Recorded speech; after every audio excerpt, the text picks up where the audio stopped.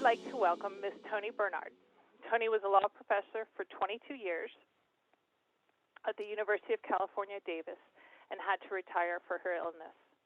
She's the author of 3 books: How to Be Sick, a Buddhist-inspired guide for the chronically ill and their caregivers; How to Wake Up, a Buddhist-inspired guide to navigating joy and sorrow; and her 3rd book is How to Live Well with Chronic Pain and Illness, a mindful guide. Her books are written in a style to open up conversation and provide helpful practices for everyone seeking coping skills in their daily lives. Welcome, Toni.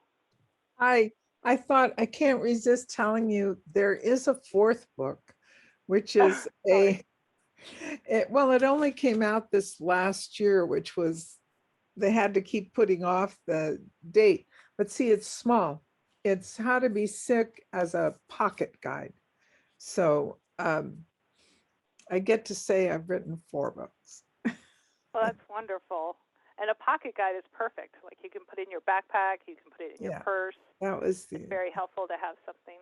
Well, tell us a little bit about yourself, and we're going to give everyone an opportunity to enter in some questions into the Q&A. And that's, as I mentioned, is the format that we're going to be. We're not doing a formal presentation. This is supposed to be a nice casual conversation with Toni this evening. Oh, wonderful.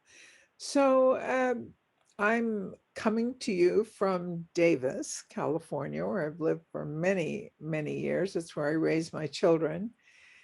And I'll just go back to the year where my life changed, along with a lot of other ones, because it was 2001.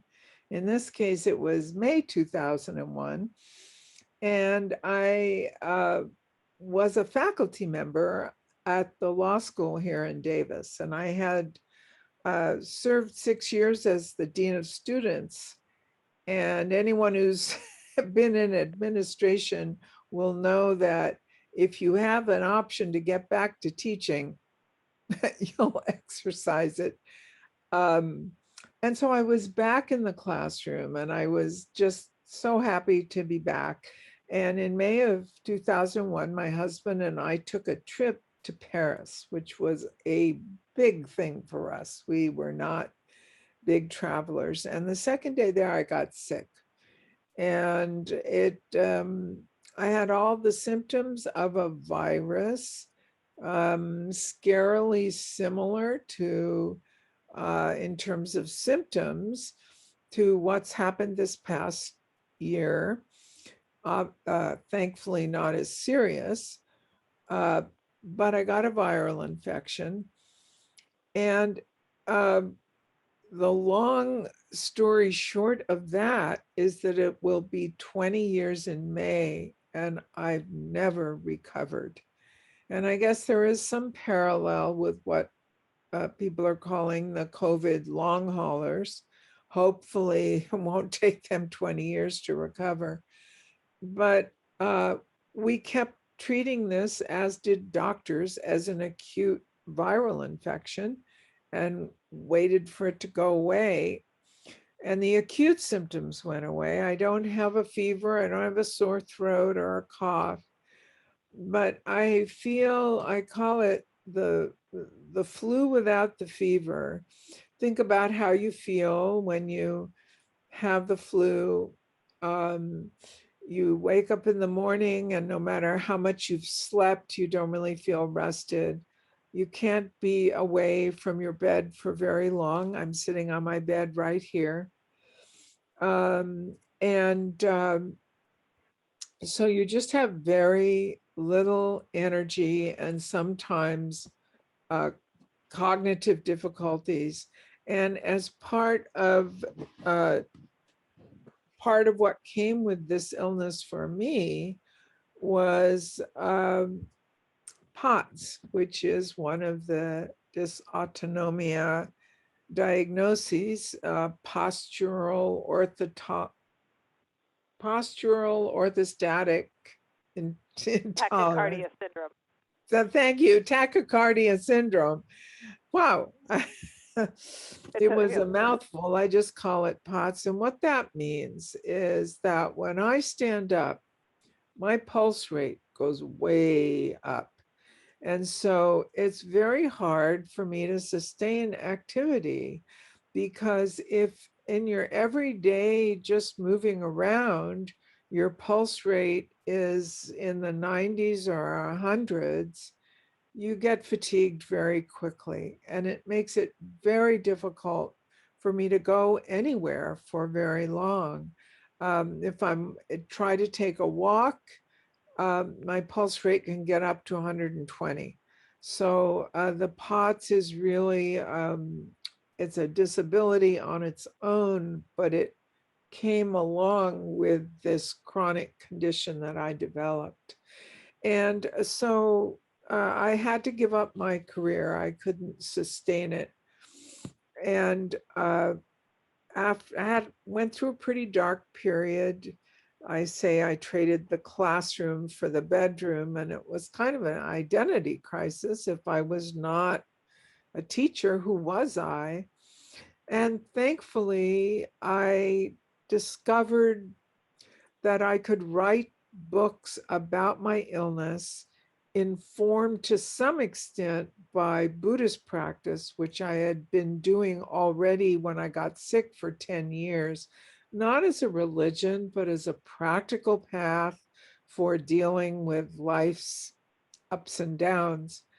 And so I used some of those teachings and what I had learned on my own and started to write about chronic illness. And so my first book was published in 2010. So that was 9 years after I got sick.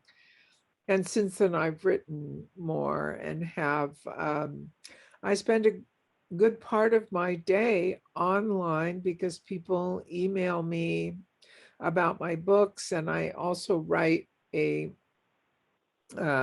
column or a blog for Psychology Today online that focuses on chronic conditions and illnesses, and people write to me about that. And so that's where I am. Thank you. Thank you. Well, we do have a few questions. Thank you for telling us more about yourself. And I know our patient community, and we have quite a few people who are on this webinar this evening, can definitely relate to those things that you're mentioning about your daily struggles. So it's important that they have this resource this evening to ask you these questions. So I do encourage people to ask Toni questions, and I'm going to go ahead and go to one of our first questions. And let's see, Toni, your blogs frequently talk about the wonderful support from your husband.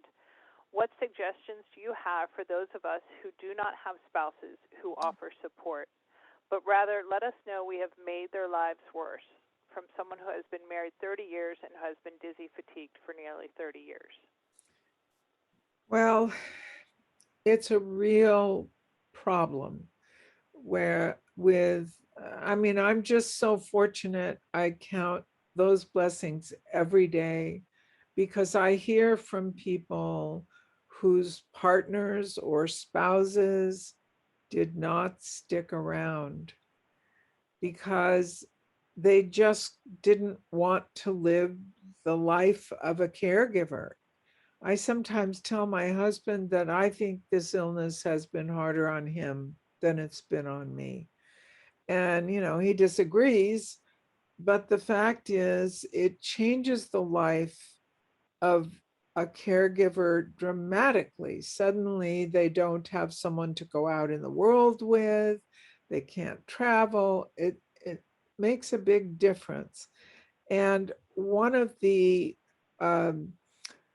issues that is just so really tragic in this culture and probably around the world is that we do a very poor job of educating people about the fact that illnesses and medical problems, they come with the human condition. When you take a marriage vow or start to live with someone with that thought that you're going to stick with them through thick and thin, well, there's going to be thin. And it, I think we would be doing a great service if we could educate people from an early age that when they get into a relationship, they may be taking on unexpected burdens that uh, that will be part of the love in that relationship. So that's the first thing I would say. And then I also just want to say to those of you who don't have that support, it's hard. And what I recommend is that you reach out. And sometimes you have to give yourself a gentle push to do that. But there may be people who will be there for you. You may have a friend who you haven't been in touch with for 10 years, and you send them an email, and it turns out they're having health problems too. And they also have a caregiver who's not much help, and it can rekindle an old friendship. So think about relatives or friends, and try to make those connections. And if you can't make them in person, you can make them online, like this way. Um, you sometimes have to sort through support groups online. There's thousands of them. You want to find one that resonates with you. Some of them are quite negative. Some of them say, this is not a place to complain. This is a place to support each other. There are groups like that on Facebook. Sometimes organizations such as yours will have forums where people can find others. It is amazing what a difference it can make in your life to have somebody understand and say, oh, and that makes a difference to me too, even though I have a supportive husband. When I find someone who says, oh, I wake up in the morning feeling like I'm not sure I'm going to get through the day too. It's just, but it's may take effort on your part, and of course, effort takes energy, which a lot of us lack. But uh, I hope you'll try to reach out.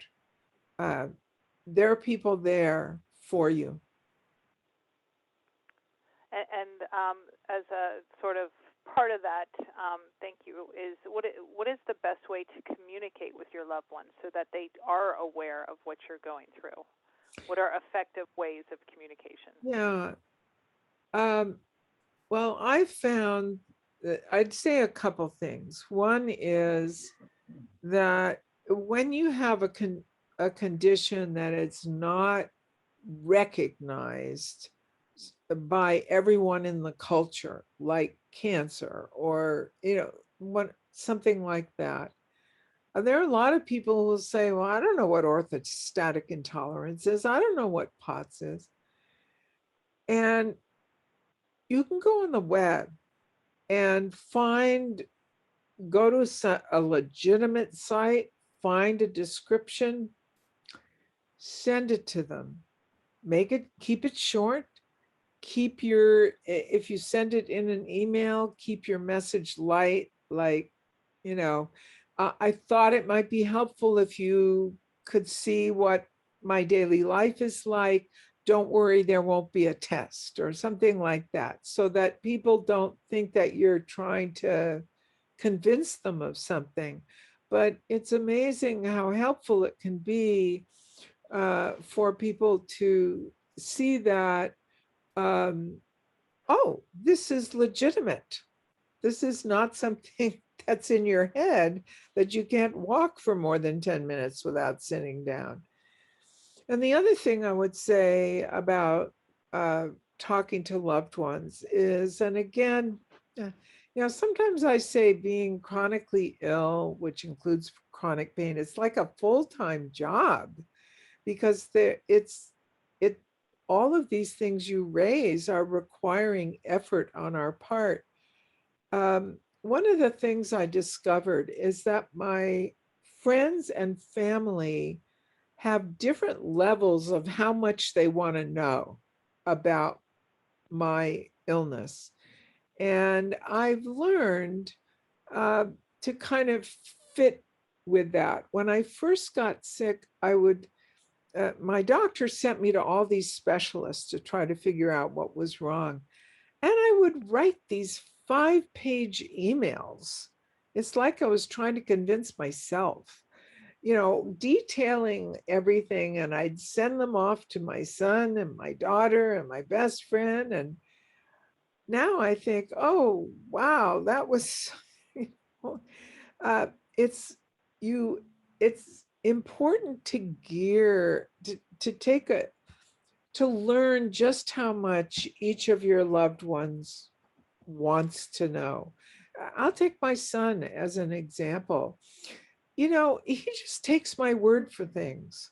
He doesn't need me to give him all the information that came out of an appointment. I'm very lucky. He just takes my word for things and then we move on. So that's a second thing, is that you want to try to gear just how much a friend or family member wants you to share. Again, like I said, it's work. It's work on our part. Yep, absolutely. I do like the idea of writing to someone. I feel like that's you can really open up a little bit more than sitting down face to face, where your emotions might get the better of you. So just to Yes. take a deep breath and to write these things down and share those with your loved ones. I think that's some great advice. Lots of questions coming in, so I'm going to shift gears just a little bit and try and find some that or find a few that are the same, so we can try and I can combine them. Sure. Um, as far as helping your teens through this difficult time, especially newly diagnosed, what are ways to encourage them, and what are ways, as from the caregiver's perspective, to recognize what they're going through, but also to provide them a level of encouragement to keep them going, especially for the Right. older teens who are probably very frustrated with, the loss of some crucial years in their life, high school, and they're getting ready to go to college, or even a little bit older. Well, you know, uh, teenagers are old enough to be told, in my view, um, the truth of life, which is that it's a combination of joys and sorrows, of things going our way and things not going our way. And this kind of thing, this disappointment and having to suddenly, I sometimes describe my life as a life upside down. It's the opposite of what I thought I would be doing at this point. Being in my bedroom instead of teaching, I still would expected to be teaching.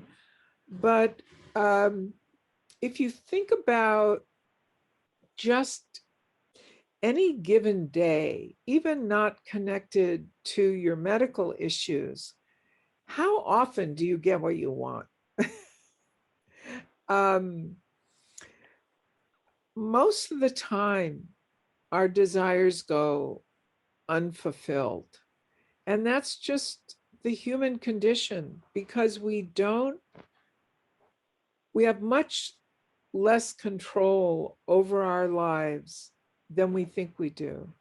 We sort of think, oh, yeah, I control, but we don't. Look what happened with the pandemic. Uh, a year ago, March 1st, who could have, uh, who predicted that this would, even if people thought there was going to be a problem, I don't think anyone thought it was going to last over a year. And so life takes unexpected turns, and it can take those turns anytime. And so one of the things that happens when life doesn't go our way is that we tend to blame ourselves as if we've done something wrong. You haven't done anything wrong. this is what life is like. This is the human condition. We don't always get our way. We sometimes lose what we cherish. I cherished my job at the law school. I lost it. I I didn't have the control to keep it. The one thing we can control is how we treat ourselves. And so, in my view, there's never a good reason not to treat yourself kindly. What's happened is not your fault. It's part of the human condition. And you want to find that balance between acceptance of what I've been saying, which sounds a bit dreary, but also this, you want to find a balance between that, but also being proactive with your health. If you're seeing a doctor who doesn't believe you, hopefully it will be in your power to find another doctor. Um, so you want to also be proactive, and that means keeping informed. I keep informed on the web about my illness, and I've tried different treatments. I have a wonderful primary care doctor, and his rule is I'm willing to try something so long as I'm convinced it won't make you worse. And sometimes he will then do research, but I've tried a lot of things that I've brought to him. Um, Most of them haven't worked out, but that's okay. He's open to it. And we have come up with some medications that help with symptom relief.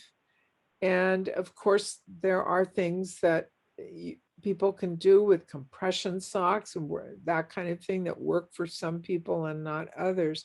So it's that balance between accepting the disappointment.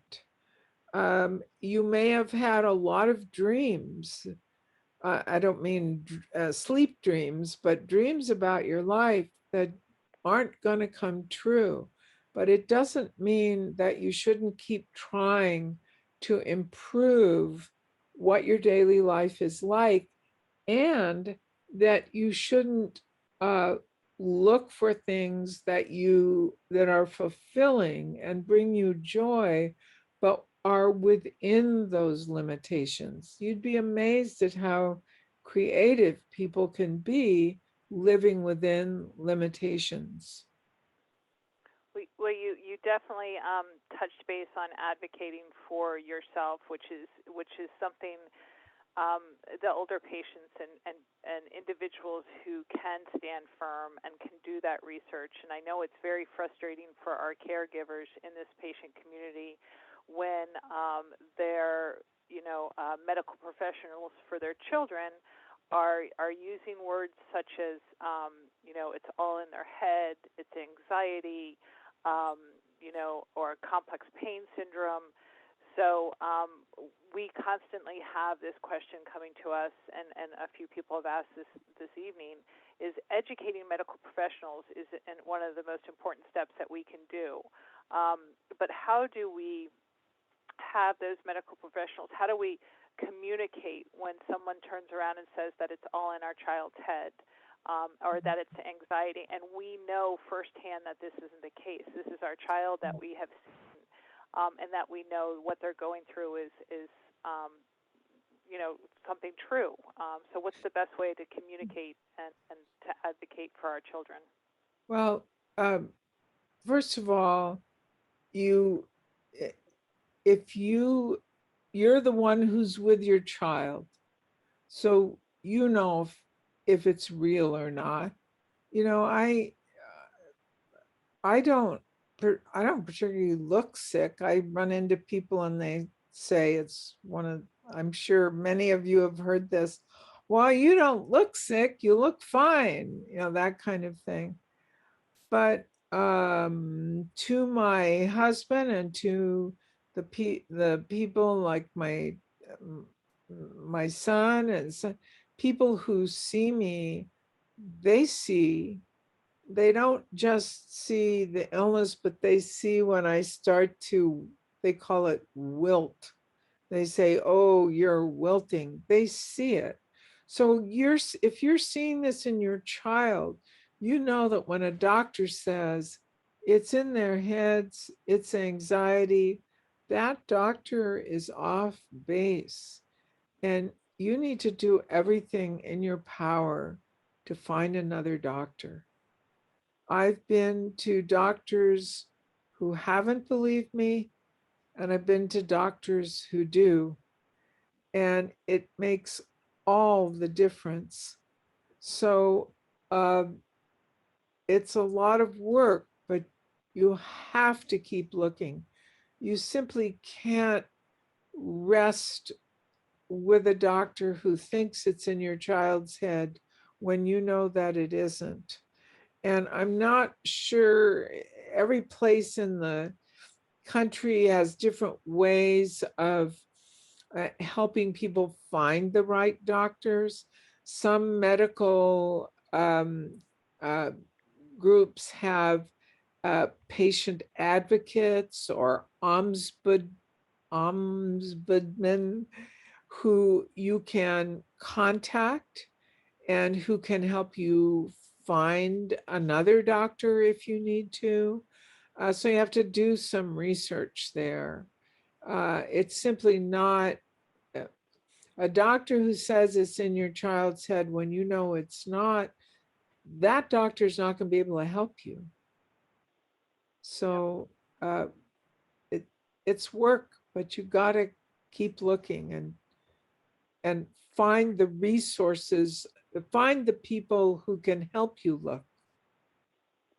And our Dysautonomia International, we do have some incredible support groups online, and they are Facebook support groups. And I know not everyone, is on Facebook, but I do encourage those of you who are looking for resources in a shared community. I see it every single day, people looking for new doctors and posting requests, and then the members of these support groups are there for you, and they are providing incredible information and incredible resources. So, based on the community that you're in, if you are interested in joining one of the support groups, I can definitely share that with everyone in a second. I'll put it in the chat room.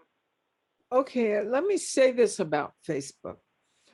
If you you do have to join Facebook in order to join a group, but you don't have to be active otherwise.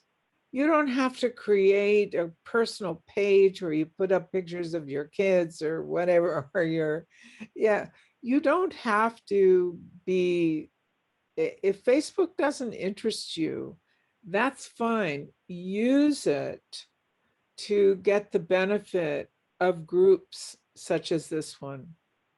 You don't have to be active otherwise. You just have to create an account and request to be in a group such as this one. Thank you. Thank you for Yeah. adding that. Another question has come in. How do you deal with the thought of knowing your illness is never going away? Well, for many years, I just assumed that I was going to come up with some treatment that would fix me. And it wasn't until about 5 years ago that I actually said to myself, you're probably going to be like this the rest of your life. And I had never, I think I knew it, but I'd never actually said it silently. I don't usually talk out loud to myself, but these are thoughts, thoughts about ourselves, that I recognized that this was going to be with me. And there was a kind of opening of my heart when I realized that, as if to say, okay, so this is the condition of my life. I rarely go out. Now, I know that in the past year, this has been true of most people, but I live in California where people my age have been vaccinated and they're out there I my husband took care of a neighbor's dog today because she's out climbing some mountains to see wildflowers, and I'm back to, well, here I am. Here's where I was a year ago. So uh, you if you come to this realization that this is the way your life is going to be, that's the time to say, okay, how can I make the best life possible within these limitations?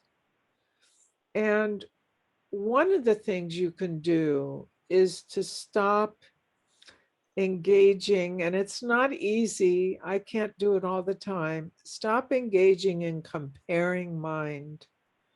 So I could spend my day thinking about our friend who's climbed Table Mountain somewhere near here.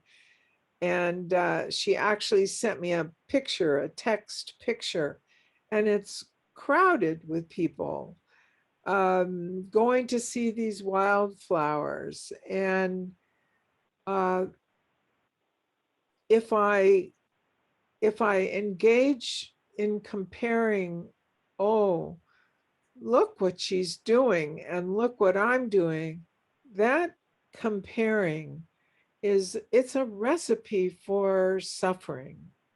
And by that I mean emotional suffering, mental suffering, because everybody's life is different. And there are people with limitations that whatever yours are, there are people who are more limited. And there are a lot of people who are less limited. So start where you are with the limitations you have, and with maybe the recognition that this is how it's going to be for you the rest of your life, and make the best life you can.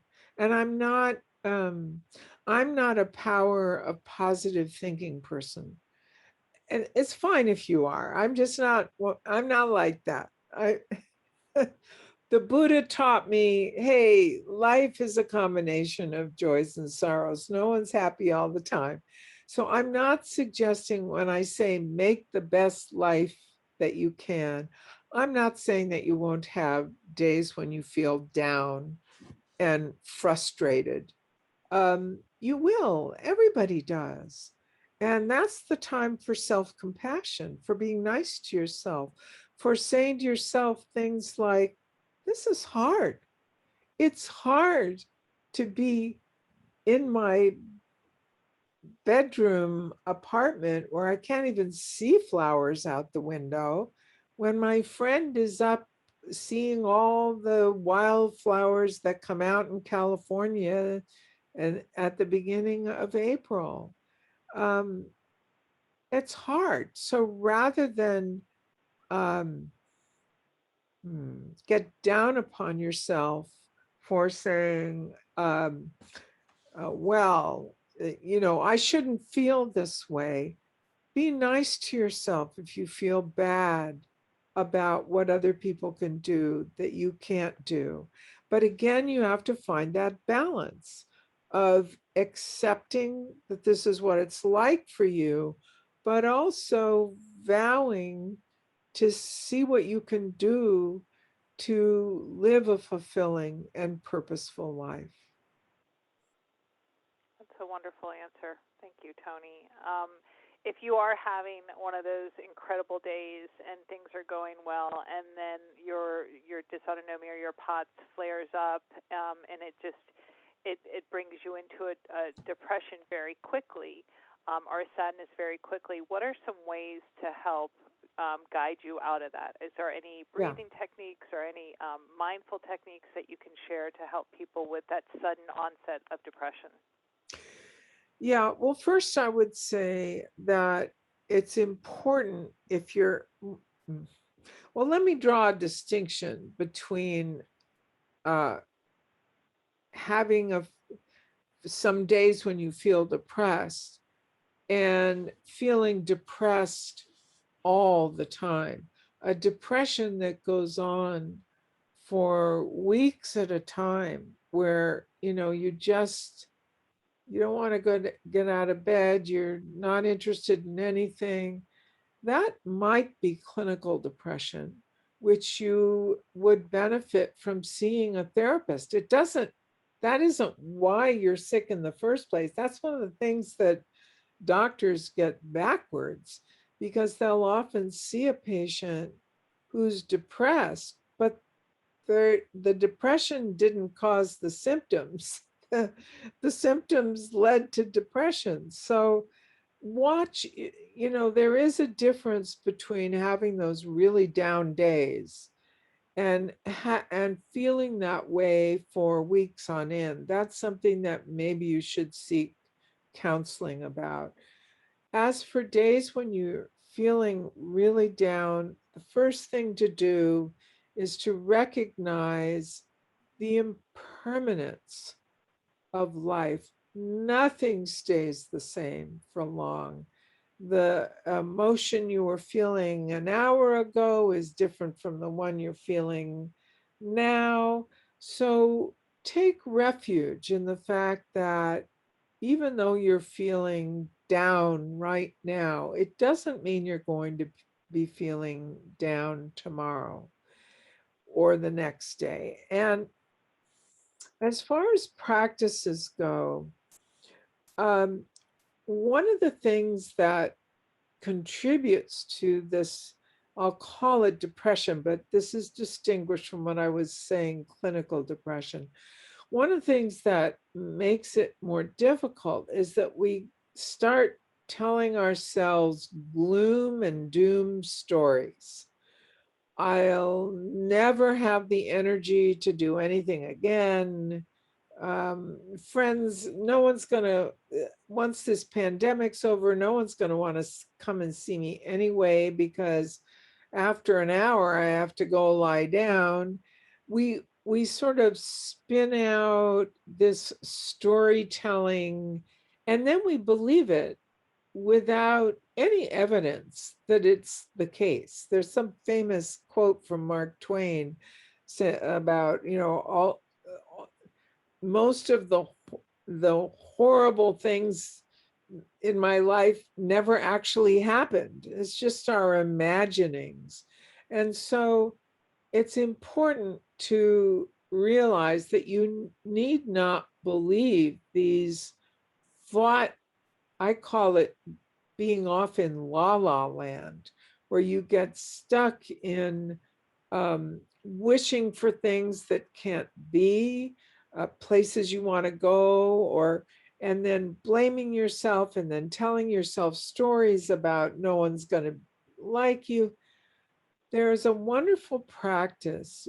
One of the benefits of mindfulness is that it brings you into the present moment. And if you're truly in the present moment, you're not off in la la land. You're not telling yourself all these scary stories and depressive stories. And there's this wonderful practice of just taking, I write about this in my book, I call it 3 breath practice, of just stopping whatever you're doing and pay attention to the physical sensation in your body. It may be the sense of your whole body breathing, or it could be the lungs expanding, or the sensation in your nostrils. Just the sensation of 3 in-breaths and 3 out-breaths. It's probably going to take you about 10 seconds. 3 in-breaths, 3 out-breaths. And then look around and see what's going on right now that you've been completely missing because you've been off in your gloom and doom stories. And it's very it's highly likely that there's going to be something happening in your present environment. My little doggy's lying on the rug right there. I hadn't even noticed. But if I stopped and took those breaths, then I would notice, and I would notice that there's a beautiful print on the wall there, and maybe I hear some birds. And this may not last, but it's something you can go back to anytime, in any place. People don't even have to know you're doing it because you don't have to close your eyes. And it's a way of taking you out of your stories and bringing you into your present moment experience. And even if that present moment is not a particularly pleasant one, maybe there's a leaf blower, or maybe you're in pain, it still helps to not add to it, to not make things worse by letting your mental thought patterns, these repeating thought patterns of gloom and doom that I mean, they may not be gloom and doom for you, they may be fear, they may be different things, but that thinking mind that we just don't, that we don't realize we can put a stop to it by bringing our attention to the present moment and then opening our senses to see what this moment has to offer. I find it very helpful. That's great advice. I know. I know when I look at my dog, I find if I'm having a rough day and I see her sitting next to me, I do take a moment, and when I do stop, and it could even be just as something as petting her, it seems to relax me. It does take this tension off of my shoulders, and I am able to take that deep breath and move on. So, I mean, not Yeah, everyone has an animal, but you're right. Finding a focus away from what it is that may be, um, providing you with that hard time is a yeah. And good outlet. there's just one other quick thing I want to say about a day when that's a really bad day for you, physically, mentally, or both. I'm quite in favor of distraction on a day like that. So think about what could just be fun. Maybe watch a sitcom on television or take a hot bath, or, I mean, depending on your condition, that's a good or bad idea. But think of something that would be soothing, even if there's nothing wrong with distracting yourself, partly because of this universal law of impermanence. When you're done distracting yourself, your mood may have changed. So I just wanted to put in a plug for distraction, which some people look down upon. I think that's good advice as well. So what advice would you give someone who's just had a really bad appointment with a yet another medical provider who hasn't had the wherewithal or the knowledge to be able to provide them with any type of help, and you've just finished this appointment, you're exhausted, you're depressed, you're feeling really down, and that you can't advocate for yourself anymore. It gets harder and harder with each time this happens. Any suggestions for our encouragement, how to keep going? What are ways to think about that type of encouragement and Yeah. thoughts? Well, the first thing I would say, even though I I'm not innocent of this, but uh, letting anger simmer and get hotter and hotter towards this medical person is only going to make you feel worse. And so I know what it's like to feel angry, and that's okay. But you don't want to wallow in it, because for one thing, you could get to a point where you actually can feel some compassion for how ignorant this person is. So I've been to some doctors who I think their intentions were good. They were just way off base. So that's one possibility. But if you were to a doctor, and I've been to these guys too, who just was dismissive of you, and you feel bad afterwards, for me, it's often the drive home because I'm in Davis, but my medical stuff is in Sacramento, which is 25 minutes away. And I've had a lot of cries on the way home from Sacramento over the years.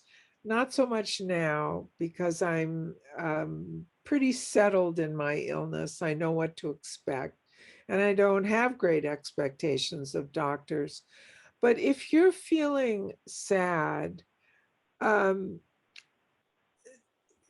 anger anger makes you is going to make you feel worse and worse and worse. So go ahead, be angry, but then focus on your sadness and have compassion for that sadness. Don't push that sadness away. For me, it doesn't work. There's nothing wrong with feeling disappointed and feeling sad. And what I recommend people do is to focus on it and speak to yourself in a compassionate way about it, either silently or softly to yourself. There's this word compassion today, which is just thrown around so much that I'm not sure people know what to do with it. Well, what I recommend you do is think about that specific situation and speak to yourself compassionately about it. It might be, I'm so sad because I had such high expectations about that doctor, especially because so and so told me how wonderful he was, but he didn't come through for me. And that makes me feel sad. And have, if you had a friend who called and said that to you, you know what you'd say to them. Say that to yourself. It's okay. I understand you. Of course you're upset. Of course you're sad. Do something kind for yourself. So a lot of people write to me and say, I can be compassionate towards others, but not toward myself. I hold myself to too high standards. So I say, well, think about when you've had that interaction with a doctor that's so disappointing. Think about if a friend called you in tears about something like that. What would you say to them? And say that to yourself, because you're just as deserving of compassion as your friend is. Um, Disappointment is is hard, but it's part of life. And I think it's better to know that it's part of life than to constantly be surprised about it and think something's wrong. It comes with life, it comes with the territory. It does. It does. Thank you. On that same note, we spoke a little bit about sadness, and frustration and anger. What about fear? What if somebody is just so mistreated by the medical community, and it's been ongoing, and all of a sudden they are fearful of reaching back out or finding that new doctor that we're recommending, and they have some trauma involved there with that fear. What are some words of Yeah. advice? Well, I mean, depending on the extent of the trauma, again, it may be a time to seek counseling. Um, but this fear that the next doctor is going to be just as disappointing as the one before, I know that fear. But what kept me going was that little glimmer of hope that this might be a doctor who can help me. And so go, keep going, but with realistic expectations that you may you may feel some fear, but that's okay. You're I'm talking about maybe the next doctor appointment. You may feel some fear, but that's okay, because what you're doing for yourself. By seeking another doctor, you're telling yourself at the deepest level that you care about your suffering, your physical and your mental suffering. So it's okay to take some fear along for the ride when you know you're doing something with the right intention, the intention to benefit yourself. Yeah. That's very helpful. Um, Everyday obstacles and challenges that I may have in my life. What is if I'm overwhelmed with too many tasks, but yet I know I need to accomplish those. I know I need to get these my list done for the day, but I'm just really having a hard time doing that. What are some things that I should do, either to help me move forward or to recognize that maybe my expectations were too much and I need to take a step back? What is the Yeah, well, it sounds like maybe your expectations were too much. I will tell you that even though I wrote a piece for one of my books called "A Not to Do List," I have a not to do list for caregivers too. But that said, I am a list maker. I was a list maker before I got sick, and these are the to dos. And I'm a list maker now that I'm sick. And today, for example, went on my to do list. So that when that to do list feels overwhelming, just be smart. Look at it and say, okay, what has to be done today? Well, what I'm doing now had to be done today. What am I going to do? Not show up? So that was okay, that had to be done today. So get out a new sheet of paper and write down the things that absolutely have to be done today. And then look at the list, and the things that didn't get written on that first list, they go on another new list, which you might want to prioritize now or prioritize later. What I found is that the things that when you have a list that seems overwhelming, you're treating everything on that list as a have to. But if you really look at it, a lot of them are not. They don't have to be done today. So yeah, this was a to do I had to do today, but I didn't have to do the laundry, even though it needs doing. What's one more day? So, um, and then of course, there is the question of whether your list looks overwhelming because you're taking on too many obligations. You have trouble saying no. Having a chronic pain and illness is a great excuse to say no. But there is this tendency, and it actually is a tendency to make up sometimes for illness because we feel guilty about it, um, to simply say yes to things that you shouldn't say yes to. And if you're one of those people, I suggest you adopt a position of, oh, let me think about it. Instead of that knee-jerk yes. I've taught myself to do that, and it makes a difference. For one thing, then if you want to say no, you have some time to think about how to say no in a way that will helpfully enable them to understand you and not be mad at you and all that kind of thing. So what I would say about a life that's overwhelming is that it's overwhelming, but there are some practical things you can do. Yeah. Thank you. I have probably time for two more questions.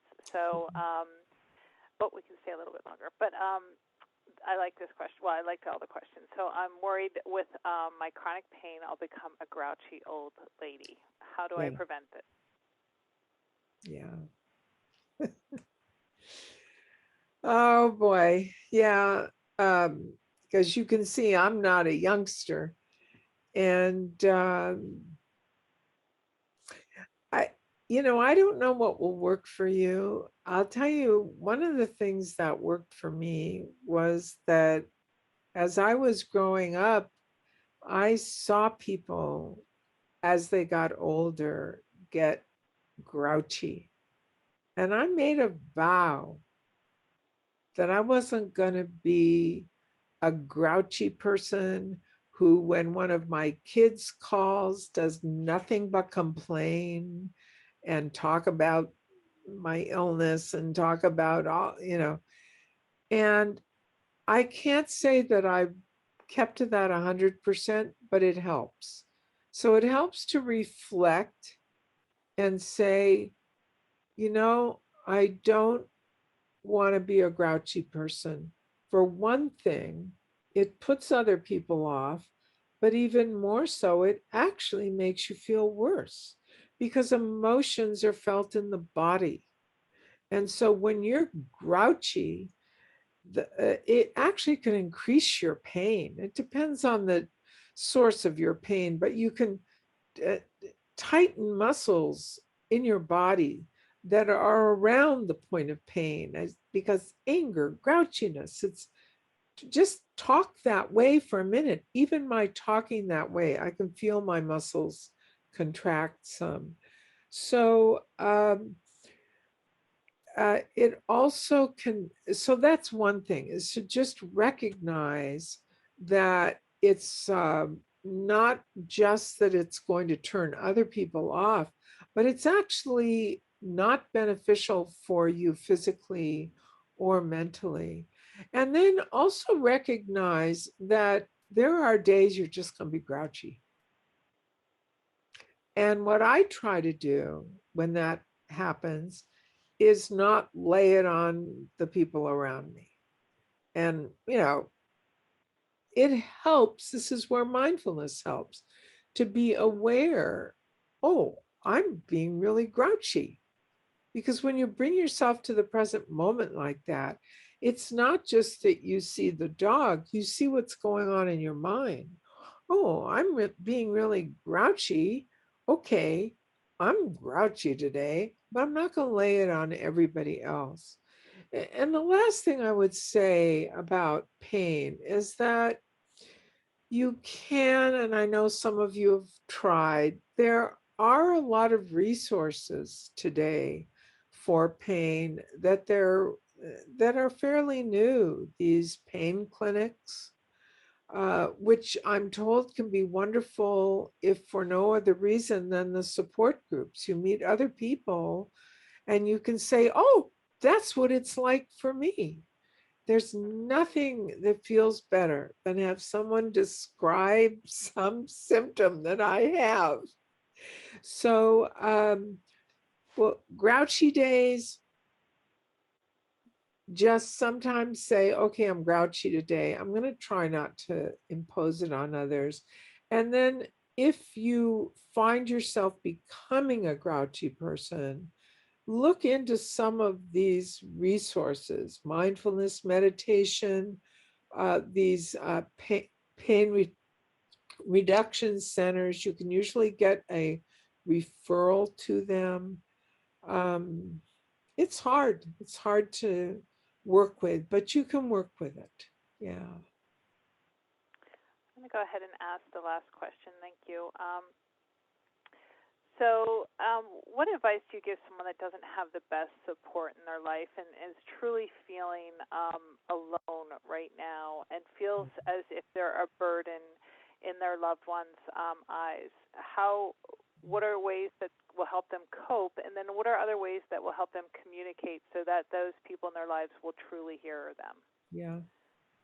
Well, I was caught by your comment that you feel that you're a burden in their lives. I just want to stop there and say you may not be. I always feel like I'm a burden to my husband. But if I actually ask him, he says no. And I had something happen with a friend like that, where I had bought an outfit for that was the wrong size, and she had come over to visit. And she said, "Oh, I'll just take it back and get you a different size." I thought, "Oh my God, what? I'm such a burden. I'm such a burden." And when she came back the next week with the right thing, she said, "It made me feel so good because this is something I could do for you." So that's the first thing I would say, is that when you feel as if you're a burden, that may not be the case at all. Now, what to do if you're truly alone, feeling lonely? Well, I think I've talked about how important it is to reach out, and to reach out to people who you may not even, you've got nothing to lose, to write to a cousin or somebody, because especially if you haven't been in touch for a while, you never know. There may be a lot of parallels in your life. And then also, I can't stress enough the kind of support you get from online groups like the one here. Just it You can become as close to people, and they can be anywhere in the country, sometimes anywhere in the world. People can help you more than a friend can help you, because they understand your physical pain. And so it's effort. I know it's effort. That's why I sometimes say it's a full-time job, just being chronically ill and being in chronic pain. But it's an effort that, as there's some days you just can't do it, that's fine. But on a day when you can do it, I hope you'll make that effort, because it can pay off.